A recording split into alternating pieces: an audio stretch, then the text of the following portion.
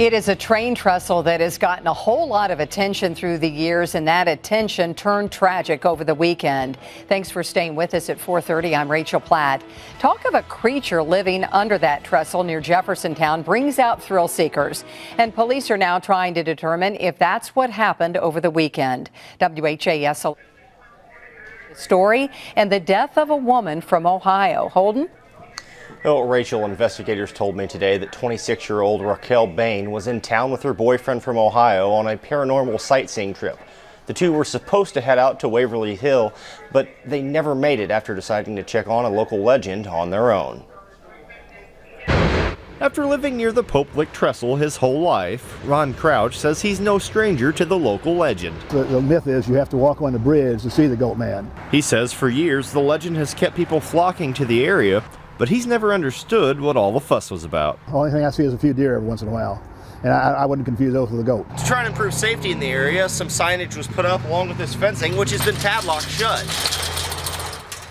But that hasn't kept people from sliding through the gate, going out on the tracks, and breaking the law. People might say, well, if they hadn't gone here, if they hadn't gone there, well, you know, you just don't know, and you can't live your life that way.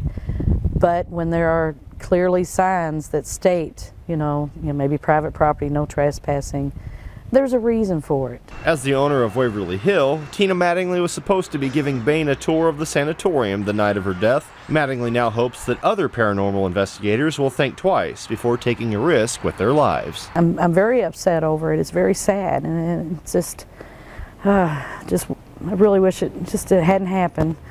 It's just not worth it.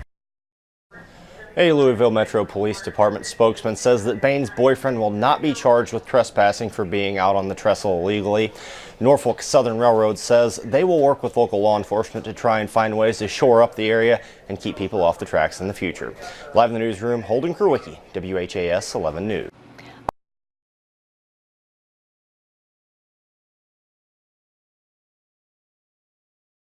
Say no more. Good evening. I'm Lisa Hudson. Doug is off tonight. Police say two teen girls were on the train tracks off Taylorsville Road when a train hit them, killing one and seriously injuring the other. Heather Fontaine was back at the scene this evening, showing us the warning signs meant to prevent these accidents from happening. Tragedy on the train tracks. Two teenagers hit on the trestle near Taylorsville Road.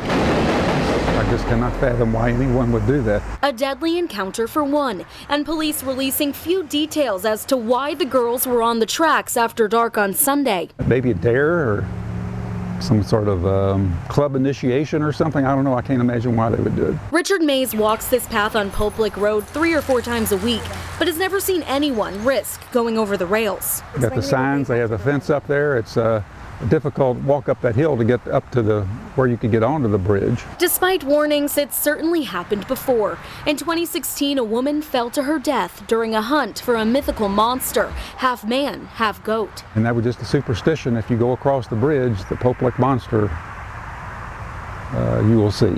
And then there's this close call. Kyler Guyton says he thought it was abandoned until a train came up behind him, escaping death just barely. Even if it's not being used, it would not be a safe thing to do. A tragedy that might teach others not to challenge the trestle that's taking lives. Heather Fontaine, WHAS 11 News. Now, the train involved belonged to Norfolk Southern Corporation. The name of the teenager killed has not been released.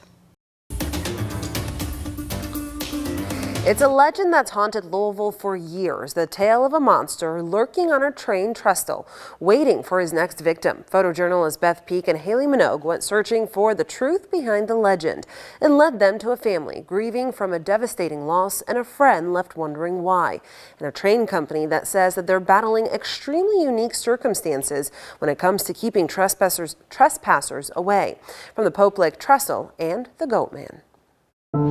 As predictable as a sunrise, trains cross the Pope Lick train trestle every day. At night, a monster lures his prey. I didn't really find a definitive story of what the legend was. There were some main elements. The Pope Lick monster. 2 legs and hooves like a goat. Coarse brown hair covers his body. At his torso, he begins to resemble a man. Then his head, a goat's, curling sharp horns, and piercing yellow eyes. The Poplik monster is a creature that comes out at night and it lures you across the train tracks into his eyes, which is really the eyes of an oncoming train. In 1988, Ron made a movie about the Poplik monster. When he started, there were reports of trespassers on the trestle. But by the time the film debuted, 2 people had lost their lives. People that have experienced these horrible tragedies, and with the friends and family left behind to tell the story, it's devastating. One of those families. Really empty. I mean, I don't know how else to put it. Still trying to piece together. I've kind of felt that way ever since this happened. What happened the night their daughter, their friend, died. Every room she walked into, she lit it up, and I think it makes a lot more sense why her last name's Bright, because, she made my life bright. Earlier this year, Savannah was with a group of friends on May 29th. Their night led them to the trestle. Savannah and a friend walked out onto the platform as the sun was dipping behind the trees. The story of what happened next differs from person to person, but when a train came, we know Savannah was hit and did not survive. Her father, Tommy, rushed to the trestle that night, a place they'd been before, just a year before her death. I explained to her how there's this legend, it's not true, don't give it no thought, and explained to her how high the trestle was up and the room on the trestle, and don't ever go up there because it's kind of a no-win scenario. A real danger wrapped in a legend. When we have situations where people are coming to our property to search for things, we still educate the exact same way. Hugh McCormick is the manager of special investigations for Norfolk Southern Railroad's police department. On the day we met with him, he was educating people living and working near tracks about the dangers of trespassing. So we give them the same warnings we will for anybody that's trespassing on our property, and then we'll escort them off. If they continue to keep coming back, that's when we take it up to the next level, or we either give them a citation or even doing a misdemeanor arrest. But the challenges associated with keeping kids away when an urban legend draws them in is something unique only to the Poplik trestle. No, I cannot. Off the top of my head, I cannot think of another area. There's a no trespassing sign on the fence closest to the trestle, a fence we found bent back. At another entrance near a public road, the only trespassing sign we could find was this one, posted by Norfolk Southern, ignored by trespassers. It's extremely stressful, especially to our engineer and conductor on those trains.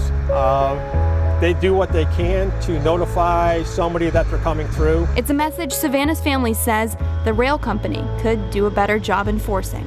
They know people going up there. They're gonna know people going up there. So for me, putting a walkway or something up there would allow people safe passage.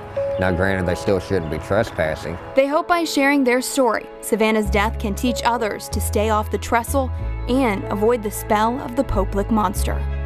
With photojournalist Beth Peak, I'm Hayley Minogue, WHAS 11 News.